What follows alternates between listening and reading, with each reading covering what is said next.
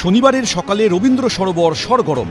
যাতে আরো তারা ভালোভাবে হাঁটতে পারেন তার জন্য কিছু করছে। লেক লাভার্স অ্যাসোসিয়েশনের সঙ্গে প্রতিবাদে সামিল হলেন প্রাতঃ ভ্রমণকারীরা।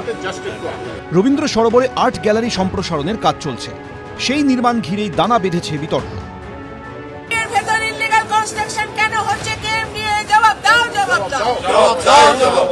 প্রতিবাদে এদিন সকাল 7টা থেকে 10টা পর্যন্ত রবীন্দ্র সরোবরে 8 নম্বর গেটের সামনে বিক্ষোভ দেখান প্রাতঃভ্রমণকারী এবং লেক লাভার্স অ্যাসোসিয়েশনের সদস্যরা। তাদের অভিযোগ, জাতীয় পরিবেশ আদালতের নির্দেশ অমান্য করে রবীন্দ্র সরোবরে এই নির্মাণ বেআইনি।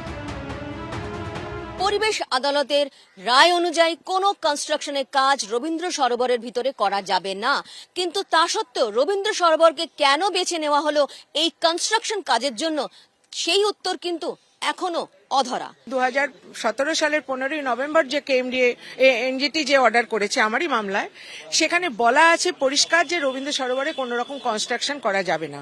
সেখানে এরা কংক্রিট কনস্ট্রাকশন করছে। এগুলো কি কেএমডিএ কি এই জন্য দায়িত্ব নিয়েছে? রবীন্দ্র সরোবর ন্যাশনাল লেকের দায়িত্ব কি এই জন্য রবীন্দ্র সরোবরকে ধ্বংস করার জন্য? ভেতরে প্রচুর কনস্ট্রাকশন হচ্ছে, ইলিগাল কনস্ট্রাকশন। সেখানে সমস্ত মাটি উপড়ে 30 মিটার দূরে মাত্র লেক। এই প্রথমবার রবীন্দ্র সরোবরে কিন্তু পরিযায়ী পাখি এলো না। রবীন্দ্র সরোবরকে বাঁচাতে হবে। বিক্ষোভ দেখানোর পাশাপাশি যেখানে নির্মাণ কাজ চলছে সেখানে বৃক্ষরোপণ করেন বিক্ষোভকারীরা। এখানে যেসব ডাম্প করা আছে মূর্তিগুলো, এখানে দেখছো শিল্পের অসম্মান, আমাদের মা দুর্গার অসম্মান। এখানে মা দুর্গা হাত পেতে আমাদের কাছে বলছে তোমরা বিচার করো। যেখানে এনভায়রনমেন্টের এগেনস্টে এই কাজগুলো হয় সেখানে কিন্তু আমাদের জাতি, ধর্ম, পলিটিক্যাল কালার নির্বিশেষে আমাদের রুখে দাঁড়াতে হবে। জনগণের আন্দোলনে কিন্তু থেকেও ultimately everybody has to fall back on court, legal system. তারাই আলটিমেটলি আমাদের সেভিয়ার হয়ে যাচ্ছে এবং আমরা ultimately we are going to the court. এখানে যে কনক্রিট কনস্ট্রাকশন মানে ব্রিক বিল্ড তৈরি হচ্ছে, সেটার মধ্যে দিয়ে বলা হচ্ছে যে ওরা নাকি এটা একটা শেড তৈরি করবে, দুর্গা প্রতিমাকে শো আপ করা যায়, মানে একটা মিউজিয়াম। তাহলে যদি সেটাই হয় তাহলে দুর্গা প্রতিমা এইভাবে বিভিন্ন জায়গায় ভেঙে ভেঙে রয়েছে কেন?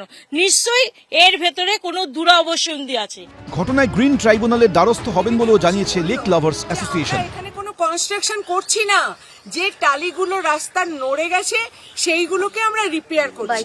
তোমাদের কি মনে হচ্ছে এই জায়গাটা দেখে, তোমাদের কি মনে হচ্ছে এটা কি টালি রিপেয়ার হচ্ছে? মেইনটেনেন্সের কাজ হচ্ছে, যারা সকালবেলা মর্নিং ওয়াক করে তাদের যাতে সুন্দর, যাতে হেঁচট খেয়ে না পড়ে যায় সেই কাজটা হচ্ছে।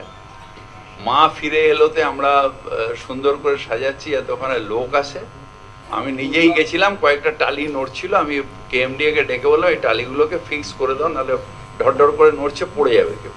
দক্ষিণ কলকাতার ফুসফুস হিসেবে পরিচিত এই লেক, সেখানেই বেআইনি নির্মাণের অভিযোগ উঠল। ফের বিতর্কে জড়িয়ে পড়ল রবীন্দ্র সরোবর। রুমা পাল ও অনির্বাণ বিশ্বাস, এবিপি আনন্দ, কলকাতা।